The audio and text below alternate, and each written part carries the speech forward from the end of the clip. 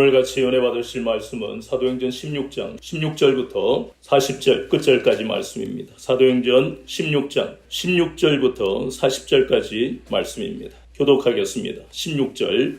우리가 기도하는 곳에 가다가 점치는 귀신 들린 여종 하나를 만나니 점으로 그 주인들에게 큰 이익을 주는 자라. 그가 바울과 우리를 따라 우리를 찔러 이르되 이 사람들은 지극히 높은 하나님의 종으로서 구원의 길을 너희에게 전하는 자라 하며 이같이 여러 날을 하는지라 바울이 심히 괴로워하여 돌이켜 그 귀신에게 이르되 예수 그리스도 이름으로 내가 내게 명하노니 그에게서 나오라 하니 귀신이 즉시 나오니라. 여종의 주인들은 자기의 수입에 소망이 끊어진 것을 보고 바울과 실라를 붙잡아 장로와 관리들에게 데려가라 하더라. 상관들 앞에 데리고 가서 말하되 이 사람들이 유대인인데 우리 성을 심히 요란하게 하여 로마 사람인 우리가 받지도 못하고 행하지도 못할 풍속을 전한다 하거든. 무리가 일제 일어나 고발하니 상관들이 옷을 찢어벗기고 매로 치라 하여 만에 친 후에 옥에 가두고 간수에게 명하여 든든히 지키라 하니 그가 이러한 명령을 받아 그들을 깊은 옥에 가두고 그 발을 착고에 든든히 채웠더니 한밤중에 바울과 실라가 기도하고 하나님을 찬송하며 죄수들이 듣더라. 이에 갑자기 큰 지진이 나서 옥터가 움직이고 문이 곧 다 열리며 모든 사람의 매인 것이 다 벗어진지라. 간수가 자다가 되어 온 문들이 열린 것을 보고 죄수들이 도망한 줄 생각하고 칼을 빼어 자결하려 하거든. 바울이 크게 소리질러 이르되 내 몸을 상하지 말라 우리가 다 여기 있노라 하니 간수가 등불을 달라고 하며 뛰어들어가 무서워 떨며 바울과 실라 앞에 엎드리고 그들을 데리고 나가 이르되 선생들이여 내가 어떻게 하여야 구원을 받으리이까 하거늘 이르되 주 예수를 믿으라 그리하면 너와 내 집이 구원을 받으리라 하고 주의 말씀을 그 사람과 그 집에 있는 모든 사람에게 전하더라. 그 밤 그 시각에 간수가 그들을 데려다가 그 맞은 자리를 씻어주고 자기와 그 온 가족을 다 세례를 받은 후 그들을 데리고 자기 집에 올라가서 음식을 차려주고 그와 온 집안이 하나님을 믿음으로 크게 기뻐하니라. 날이 샘에 상관들이 부하를 보내어 이 사람들을 놓으라 하니 간수가 그 말대로 바울에게 말하되 상관들이 사람을 보내어 너희를 놓으라 하였으니 이제는 나가서 평안히 가라 하거늘 바울이 이르되 로마 사람이 우리를 죄로 정하지 아니하고 공중 앞에서 데리고 오게 가두었다가 이제는 가만히 내보내고자 하느냐 아니라 그들이 즉시 와서 우리를 데리고 나가야 하리라 하는데 부하들이 이 말을 상관들에게 보고하니 그들이 로마 사람이라 하는 말을 듣고 두려워하여 와서 너희를 데리고 나가 그 성에서 떠나기를 청하니 같이요 두 사람이 옥에서 나와 루디아의 집에 들어가서 형제들을 만나보고 위로하고 가니라. 아멘. 오늘은 사도행전 16장 16절에서 40절 본문을 통해 너를 이방의 빛으로 삼아 하는 제목으로 8번째 시간 같이 은혜를 받겠습니다. 오늘 본문에 보니까 바울이 지금까지 선교의 전략은 대부분이 회당에서 복음을 전했습니다. 그래서 우리가 잘 아는 대로 맨 먼저 구브로 섬에서 거기에 바보에 있는 회당에서 복음을 전했고 또 비시디아 안디옥에서도. 그런데 루스드라에서는 또 이렇게 선교 전략이 회당이 아닌 신유의 역사가 나타나는 그리고 또 오늘 본문에 보면 귀신을 쫓아내는 그래서 그때그때마다 성령님은 그 상황과 환경에 맞도록 이렇게 선교 전략을 나타내시는 오직 중요한 것은 한 가지 목적, 영혼 구령입니다. 여기 나오는 이 놀라운 역사들은 한 가지, 바울을 유명하게 만들기 위한 목적이 아닙니다. 죄에 매여 마귀에 사로잡혀 살아가는 이 인생들, 오직 그들은 평생 알았던 것은 로마의 그 문화, 그러한 헬라 철학, 그러한 가치관과 사고방식이 진리인 것처럼 알고 살았던 그리고 그 조상들이 섬겼던 그 우상들을 섬기며 살아가던 인생들이었습니다. 그들에게 일어났던 모든 인생의 문제들이 왜 그렇게 일어나는지 로마 철학을 섬기고 그들의 우상을 잘 숭배하는데도 왜 인생이 저주받은 것 같은 삶을 살아가는지 그들은 영원히 풀 수 없는 숙제인 것으로 받아들이고 숙명으로 살아가던 인생들이었습니다. 이 사실을 누구보다 잘 아는 바울이었기 때문에 가는 곳마다 핍박이 있다 할지라도 그것을 감내할 수 있었던 것은 나를 통해서 영혼을 구원하는 이 거룩하고 세상에도 없는 이 가치 있는 일을 나에게 맡기셨다는 그 놀라운 은혜가 이 바울을 사로잡아 버렸기 때문에 자신의 여러 가지 어려움에도 불구하고 이 일을 감사함으로 감당하고 있는 장면들을 우리는 계속 봅니다. 마가는 이 어마어마한 영적 전쟁의 한복판에서 견디지를 못하고 그도 마가요한의 다락방에서 성령을 체험했습니다. 그런데 성령을 체험한 건 대단히 중요한 거예요. 어쩌면 인생에서 신앙생활 중에 가장 중요할지 모릅니다. 그러나 성경은 마가를 통해서 성령 체험이 최후의 가장 중요한 목표가 아니고 그것은 과정이다 하는 것을 마가를 통해 보게 하는 겁니다. 성령을 체험하게 하시는 이유는 한 가지, 영혼 구령을 하라고, 영혼을 구원하라고, 그러한 도구가 되게 하시려고 성령 체험합니다. 야, 너 성령 받았어? 나도 받았어. 고린도 교회에 교인들이 그랬을 것 아닙니까? 너 무슨 은사 받았니? 나 방언 받았어. 나는 신유야. 와, 부럽다. 성령 체험을 대부분 다 했습니다. 그 성령 체험을 다 한 고린도 교회가 어떻게 됐지요? 하나님 귀하게 쓰셨습니까? 아닙니다. 파벌이 나뉘어져가지고 나는 게바파, 나는 바울파, 나는 또 누구파? 그리스도파. 세상에 희한한 짓거리를 합니다. 세상이 하는 짓거리를 합니다. 성령을 체험한 사람들이. 그렇다면 말씀이 기준이 되어야 되는 이유가 고린도 교회를 보면서 우리는 고린도전서를 보면서 아, 그렇구나. 성령 체험은 거룩한 일입니다. 하나님이 우리에게 찾아오신 것을 우리가 육신으로 물리적으로 체험하는 것인데 그 이유가 어디에 있느냐? 은사를 서로 자랑하라고 있는 것이 아닙니다. 은사주의가 되어버리는 거예요. 성령은 능력 그 자체가 아니라 하나님 그 자체이신 분이에요. 그분이 우리에게 능력으로 역사하시는 이유는 단 한 가지, 교회를 세우고 영혼을 구원하는 것입니다. 바울은 누구보다도 잘 알았습니다.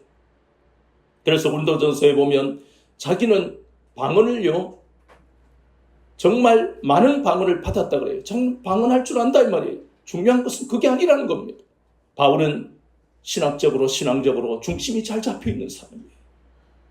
그렇다면 그러한 바울을 통해서 주님이 이렇게 이끄시는 그 모든 발걸음을 보면 우리의 신앙의 여정도 어떻게 우리가 어떤 자세로 해야 하는가를 보게 하는 것이지, 우리는 방관자가 되어서 바울이 1차를 성공적으로 마치고 이제 2차 선교여행하네, 그런 지식을 위해서 우리가 사도행전을 보는 게 아닙니다. 우리의 삶의 여정에서 만나는 그 일이 왜 오는지를 성경을 통해서 우리는 답을 찾는 것이고 해결 방법도 찾는 것이에요. 사도행전을 보는 이유는 거기에 있습니다. 이것은 1, 2, 3차의 선교여행이 아니라 우리 삶의, 우리의 신앙의 여정이 어디쯤 와 있는지, 어디로 갈 것인지, 어디로 가게 되어 있는지 정확한 답을 여기에서 찾을 수 있습니다. 우리도 과거에 이 이방 그리스도인들처럼 헬라 철학에 붙들려서, 세상 철학에 붙들려서 방황하던 인생들이에요. 일어난 일이 왜 일어난지도 모르고. 그런데 그랬던 그 사람들이 예수님을 믿고 난 다음에 이렇게 일꾼들이 되는 것처럼 우리의 인생도 똑같은 겁니다. 그럼 그 다음은 어떻게 하냐? 바울이 날마다 1차, 2차 선교에 갔던 그곳에 늘 찾아갈 수는 없어요. 그래서 은혜의 복음에 맡기고 주께 맡긴다고 늘 기도를 하잖아요. 오늘 이 여정에서 만나는 사건은 바로 점치는 귀신 들린 여종입니다. 그리고 그 여종으로 인해서 돈을 벌고 있는 주인들, 그것이 오늘 본문의 소재입니다. 그럼 이 소재는 세상으로 보면 가십거리가 돼요. 그러나 우리는 그렇게 보지를 않습니다. 우리도 모두 마귀에 사로잡혔던 인생들이 아닙니까? 인간의 힘으로는 마귀에서 벗어나는 일은 불가능합니다. 그러니 복음이 가는 곳마다 누가 발악을 합니까? 마귀가 발악을 하는 거예요. 이 점치는 귀신이요 발악을 하는 겁니다. 야, 바울과 실라는 하나님의 지극히 높은 종들이야. 발악을 하는 겁니다. 그런데 여기에서는 이렇게 귀신이 말하는 것은 혼미하게 만들려고 바울과 실라를 헷갈리게 만드는 거예요. 왜 그러냐 하면 아니 우리가 이 대목을 보면 선교의 전략으로 삼을 수도 있는 것 아닙니까? 악한 영이 귀신이 이 바울과 실라를 알아보니까 다른 사람들도 이 여종을 지금까지 수익의 원천으로 알았던 주인들도 바울과 실라를 대접할 것 아닙니까? 그런데 그것이 맞는지 그런지는 항상 예수님의 주님의 복음이 기준이 돼야 됩니다. 우리 생각은 중요한 게 아닙니다. 신앙생활 오래 한 사람의 말은 중요한 게 아닙니다. 참고일 뿐입니다. 성경은 이 귀신들이 이렇게 말하는 것이 선교에 도움이 되느냐, 복음 전파에 도움이 되느냐, 헷갈릴 필요 없이 분명한 답은 마가복음 5장에 보면 답이 나옵니다. 예수님이 가는 곳마다 천국 복음을 전하며 영생을 받기로 작정한 자는 다 받아들입니다. 그런데 누구도 나옵니까? 귀신들도 알아보는 겁니다. 마가복음 5장에는 귀신들이 그럽니다.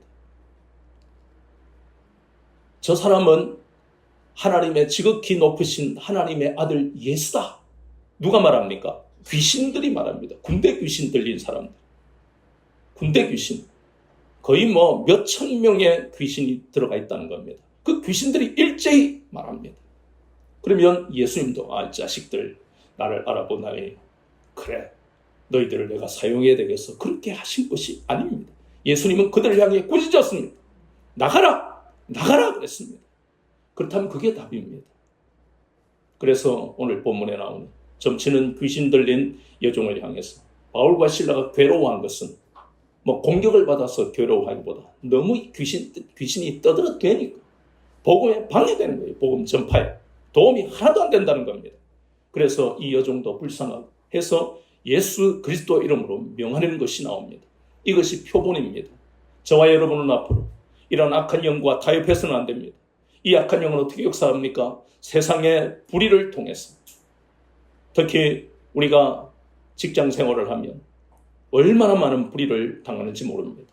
갑질하는 그 위에 여러분의 그 상사 혹은 선임 전부 불의합니다. 대부분이 불의합니다. 교회를 다니고 한다는 거 그건 중요한 게 아닙니다. 교회 다니는 사람은 더 괴롭혀요. 이렇게 불의한 열씨를 만나면 참 힘듭니다. 직장 생활에서. 특히 사업을 할 때도. 이 괴로운 현실을 어떻게 해야 되는가를 자문을 구하기도 하지만 중요한 건 말씀을 통해 답을 찾아야 됩니다. 여기에 나오는 사도 바울과 실라는 타협하지 않습니다. 뒤에 타협하지 않았기 때문에 핍박이 옵니다. 그걸 알고 있습니다. 그러나 핍박이 오더라도 절대로 우리도 불의와 그리고 악한 영과 타협해서는 안 됩니다. 비록 우리가 육신의 괴로움을 겪을 수 있겠지만 그럼에도 불구하고 이전에 우리가 뭐라 그랬지요?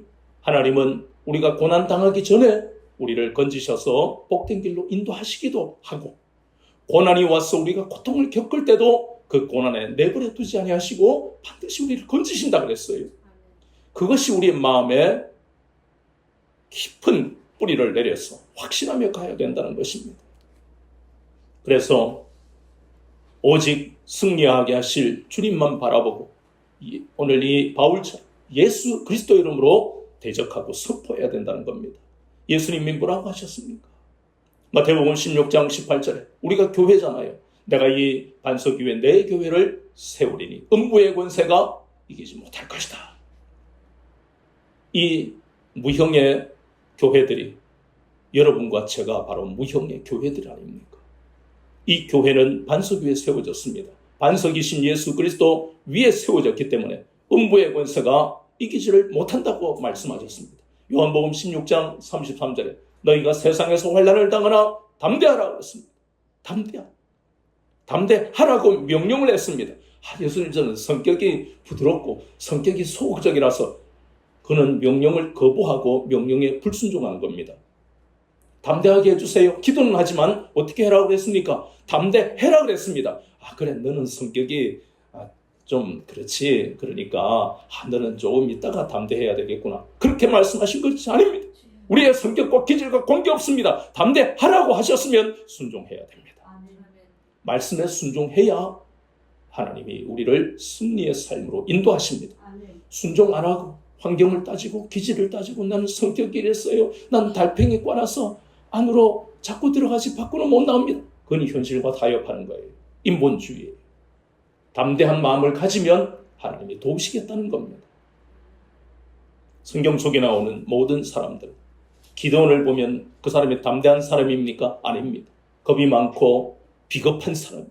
눈치나 보는 사람. 그런데 오늘 요한복음 16장 33절 말씀에 순종하기까지 하나님 앞에 이렇게도 해주시면 증거를 주시면 제가 순종하고 저렇게도 하면 얼마나 하나님 앞에 요구사항이 많았습니까? 그럼에도 불구하고 하나님은 기도원을 쓰시잖아요. 그것은 기질과 성격에 맞도록 하나님이 인도하시는 겁니다. 하나님은 강제적으로 하셔야 되는, 그때는 그렇게 하시지만 대부분은 우리의 기질, 우리의 성격, 우리가 가지고 왔던 지금까지 가치관, 사고방식, 그것을 맞춰서 조심조심 우리에게 그렇게 하셔야 될 이유가 없는데도 우리를 얼마나 조심스럽게 다루신지 모릅니다. 우리를 사랑하십니까? 그런데 오늘 이 말씀은 어쨌든 간에 담대해야만 하나님의 능력이 나타난다는 것을 우리에게 배우게 하시는 거예요. 담대해라 그러십니다. 그래야 우리가 이길 수 있기 때문에. 이제 이렇게 바울과 실라가 귀신을 쫓아내고 난 다음 그들이 예상한 대로 핍박이 왔습니다. 이 주인들은 이익이 이제 끊어지니까, 수익이 끊어지니까 이들을 잡아다가 상관들에게 보내며 매질을 하게 하고 결국은 깊은 감옥에 갇히게 만듭니다. 우리가 보면 이 사람들은 거룩한 삶을 살았잖아요. 디모데후서 3장 12절 말씀이죠. 경건하게 살았습니다. 세상과 다르게 살았습니다. 그런데도 불구하고 핍박이 오는 것은 이미 말씀에서 하나님이 우리에게 가르쳐 주신 것이니까 그들은 받아들입니다. 그런데 이 부분에 있어서 우리가 알아야 할 것은 이렇게 깊은 감옥에 갇힐 때 그냥 고생이 좀 되겠지만 잠깐 기다리시면 우리가 풀어주겠습니다. 무슨 신사적으로 그 감옥으로 이렇게 영접하고 인도하고 무슨 비행기 내릴 때 대통령에게 카펫을 깔아서 이렇게 영접하는 그게 아닙니다. 40에 하나 감한매를 맞을 때 그건 거의 죽음입니다. 40에 하나 감한매를 때릴 때 인격적으로 대했습니까? 아이고 바울 사도님 좀 아픕니까? 조금만 참아주세요. 내 살살 때릴게요. 이렇게 했겠습니까? 얼마나 세게 때리면서 그렇게 핍박을 가. 이 장난이 아니라는 것입니다. 육신으로 오는 이 고단한 것이. 두 사람이 그렇게 40에 하나 감한매를 맞고 비인격적인 그런 말과 행동들을 당하고 깊은 감옥에 그냥 갇힌 게 아닙니다. 조선시대에 보면 우리 잘 아는 춘향전에 춘향이가 했던 것처럼 발에 찾고 두 발목에 이 구멍을 만든 나무를, 긴 나무를 채워서 자물쇠를 채워버립니다. 그걸 찾고 혹은 찾고 소리난 대로 찾고라고 하기도 합니다. 춘향이는 목에 칼을 냈습니다. 찾고 대신에 긴 나무에다가 목을 이렇게 구멍을 내서 거기에 이렇게 닫아버리고 잠궈버립니다. 그래서 찾고 아니면 칼인데 여기는 찾고 꼼짝도 못하게 만들었습니다. 얼마나 마음이 힘들었겠습니까? 그런데 놀랍게도 바울과 실라는 자기들의 하나님 앞에 우리가 이 거룩한 길을 가는데 영혼을 살리기 위해 가는데 왜 우리가 이런 일을 당해야 됩니까? 라고 원망하고 불평하지 않았습니다. 출애굽기 14장에서 17장에 보면 출애굽한 이스라엘 백성들 그들을 기나긴 430년 동안의 종살이에서 건져주셨는데도 그들은 감사는커녕 이 불신앙, 원망과 불평이 습관처럼 돼버린 그 장면과 너무 비교가 되지 않습니까? 이렇게 할 수 있는 그 원동력이 어디에서 나올까? 끊임없이 말씀과 기도로 주님과 교제했기 때문에 그래서 그들이 성령님의 인도를 받을 수 있었던 겁니다. 우리가 성령님의 인도를 받는 것은 한 가지밖에 없습니다. 우리 노력으로 열심히 하루 종일 기도한다고 되는 게 아니라 말씀과 기도라는 두 가지 중에 한 가지만 빠져도 성령님의 인도를 받기가 쉽지가 않습니다. 말씀과 기도로 날마다 습관이 될 때 그것이 주님과 교제하는 방법이잖아요. 불신자들도 이방인들도 다 기도 다 합니다. 말씀이 없는 기도는 성령님의 인도를 받기가 불가능합니다.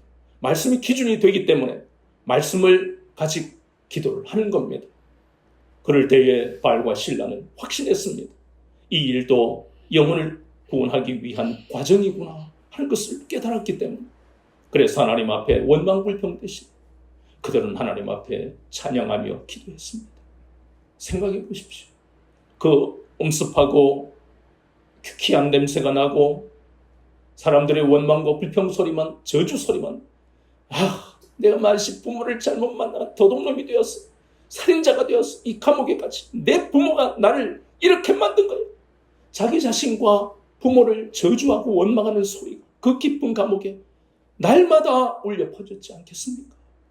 그런 그들 귀에 바울과 실라의 하나님을 찬양하고 기도하는 그 소리가 들렸습니다.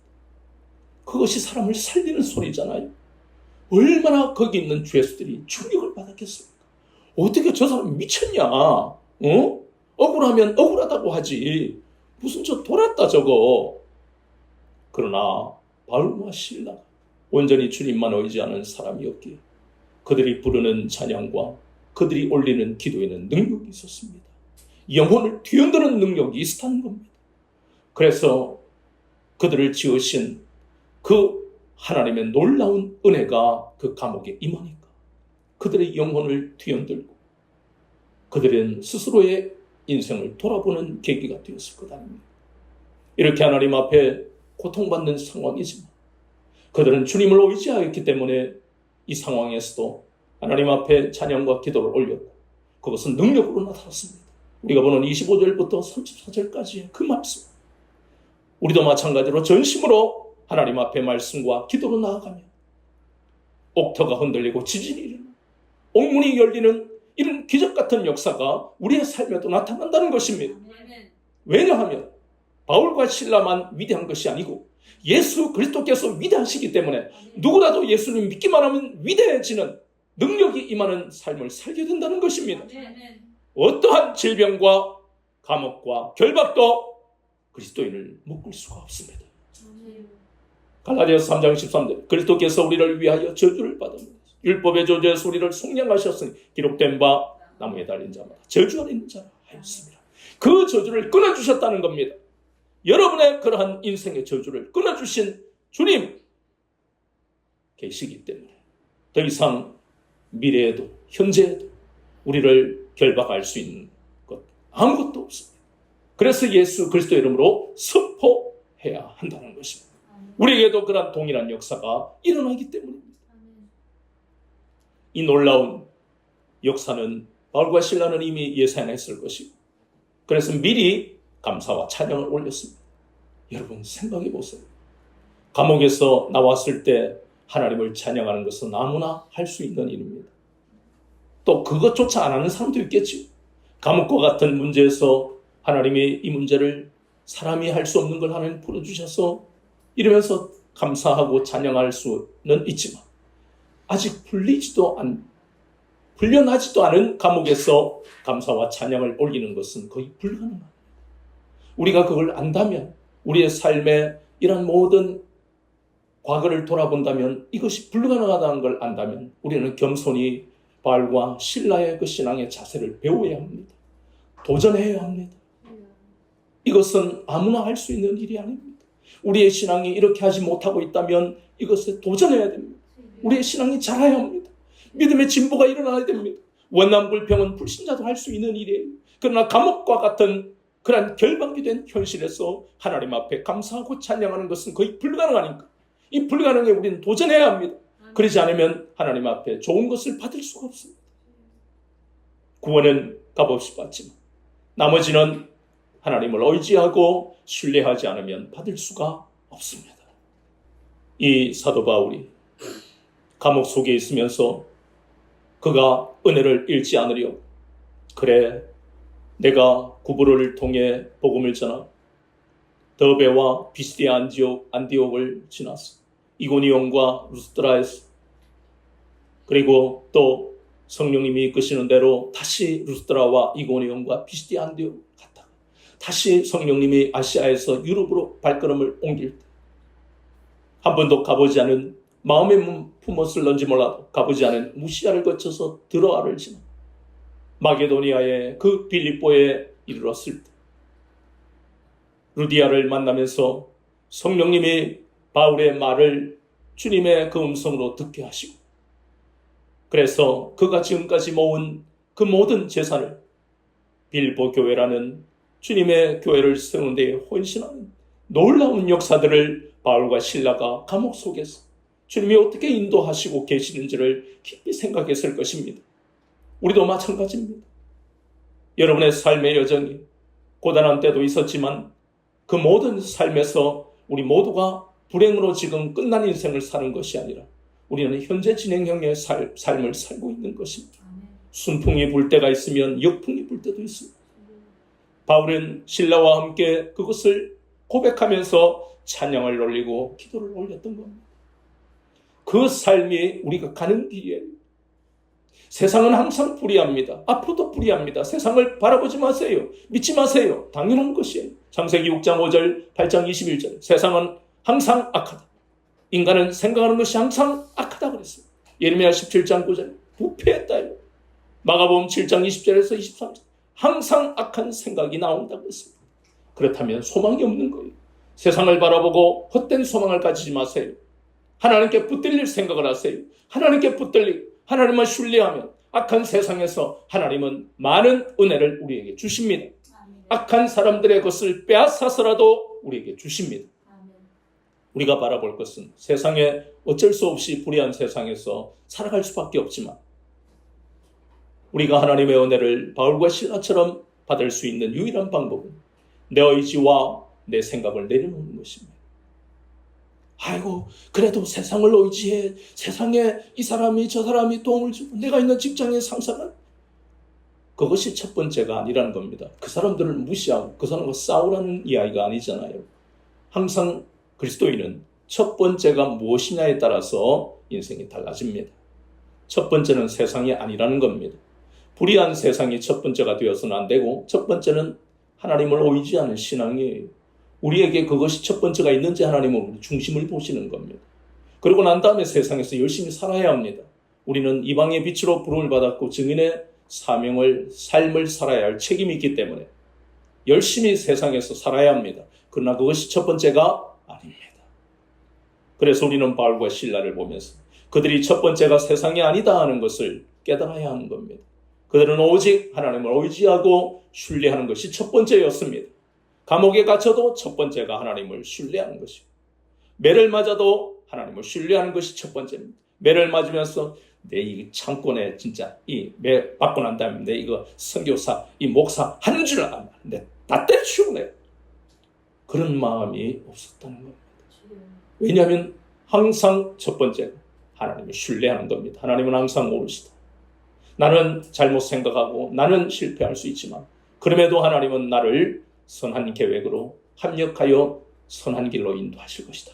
그것을요 바울과 실라가 항상 마음에 혼미한 여러 가지 상황과 생각이 들어올 때마다 물리치고 마음에 그것을 깊이 뿌리를 내요. 그래서 승리의 삶을 우리가 사도행전에서 본 겁니다.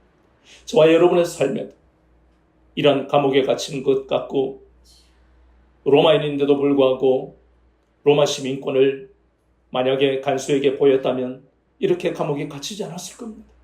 그럼에도 불구하고 성령님이 로마 시민권을 보여라 이렇게 감동을 안 하셨으니까 안 하는 겁니다.